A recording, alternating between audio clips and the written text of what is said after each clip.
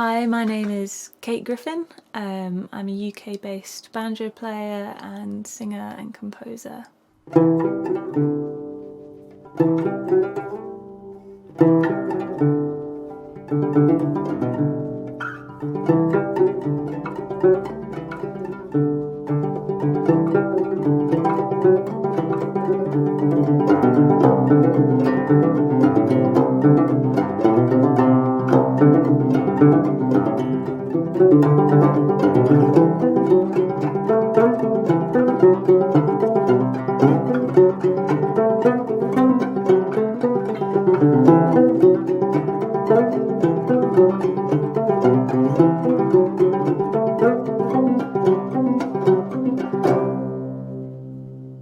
So what you heard me playing just then is a track of mine that I composed on the cello banjo.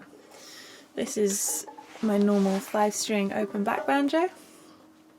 It's a Deering Vega. But the cello banjo I love. It's a new thing for me, and I love it because it's got such a deep, warm, lovely sound, which is kind of maybe a bit more similar to the original gourd banjo that came over from West Africa with slavery over to America, and it was a fretless gourd instrument, which was a big part of black string band music. But then you get this sort of fusion of European influences with the tuning pegs and the frets and the metal strings and things like that. So already it becomes this instrument of a fusion of cultures, which I think is really fascinating. But with that, there is also this sort of turbulent racial history to the banjo, where it is this instrument played by black musicians in string bands, but it then gets taken into minstrel shows, this sort of horrendous practice of parodying these black musicians. And from there onwards it becomes so associated with white American music, country music and bluegrass music, and it becomes a real symbol of that. And I think people don't talk about its history because it's such an iconic part of white American music. People don't talk about this sort of racial history that goes on behind it. Although there are some musicians like Rhiannon Giddens and Jake Blunt who are bringing this history to light and playing amazing things and doing amazing things, which you can go and find out lots on YouTube if you want to know a little bit more about the history of the banjo.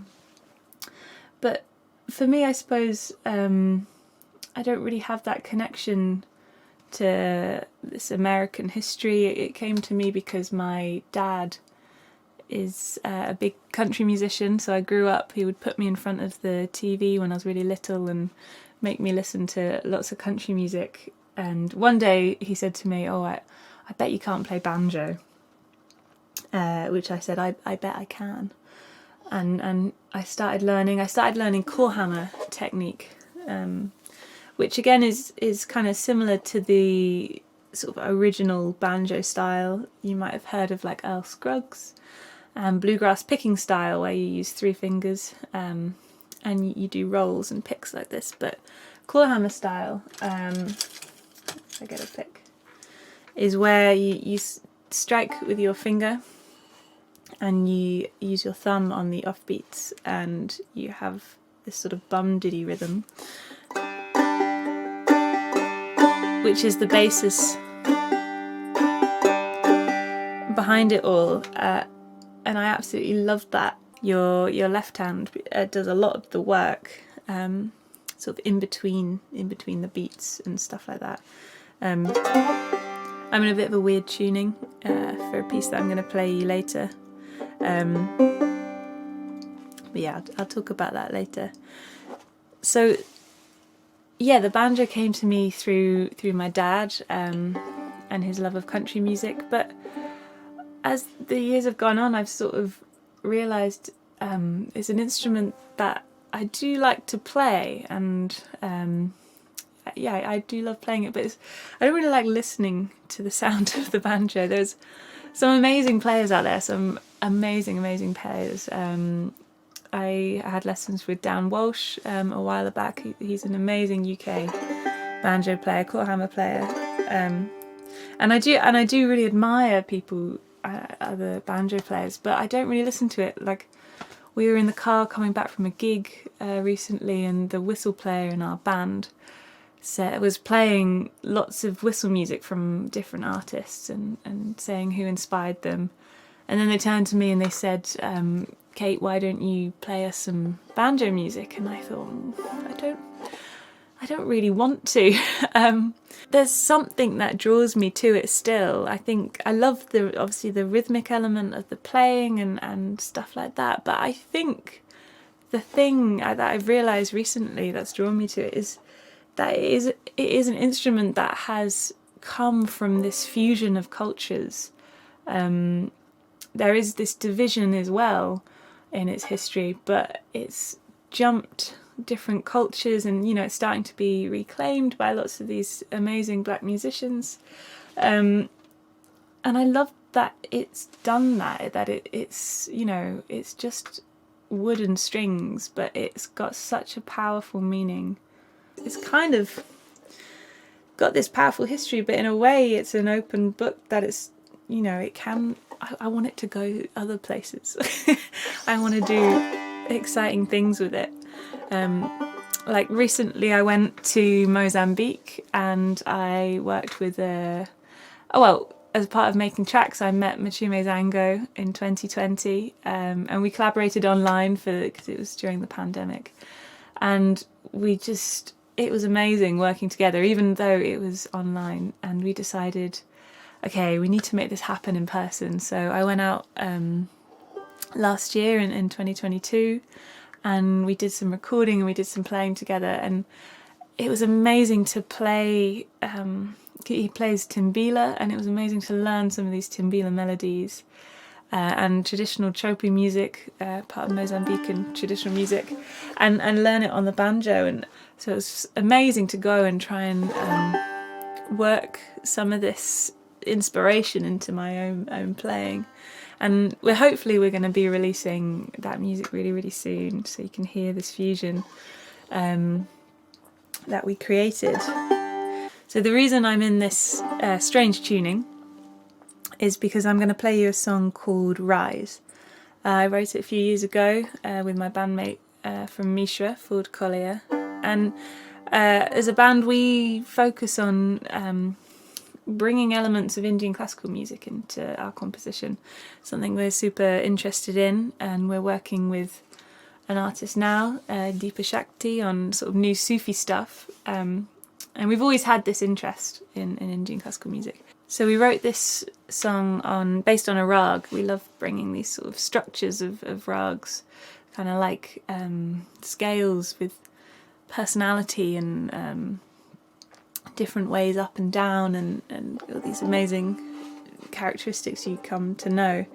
It's based on rag Brindavari Sarang, which works with my open tuning. So it's kind of finding ways to make this music work well on the banjo. And yeah, it sort of takes elements of that rag, but it's kind of the way we like to sort of engage with this music is that we use the sort of rhythmic language or sort of the sargam, which is a bit like do re mi, and we use this in our composition as a band with all the other members when we're composing. So it's kind of like we're using it like a shared language for creating, not necessarily just being like, oh, I like the sound of this rag, let's use that. But yeah, so I'm going to play you a song called Rise. Thank you very much for listening, and thank you to Making Tracks.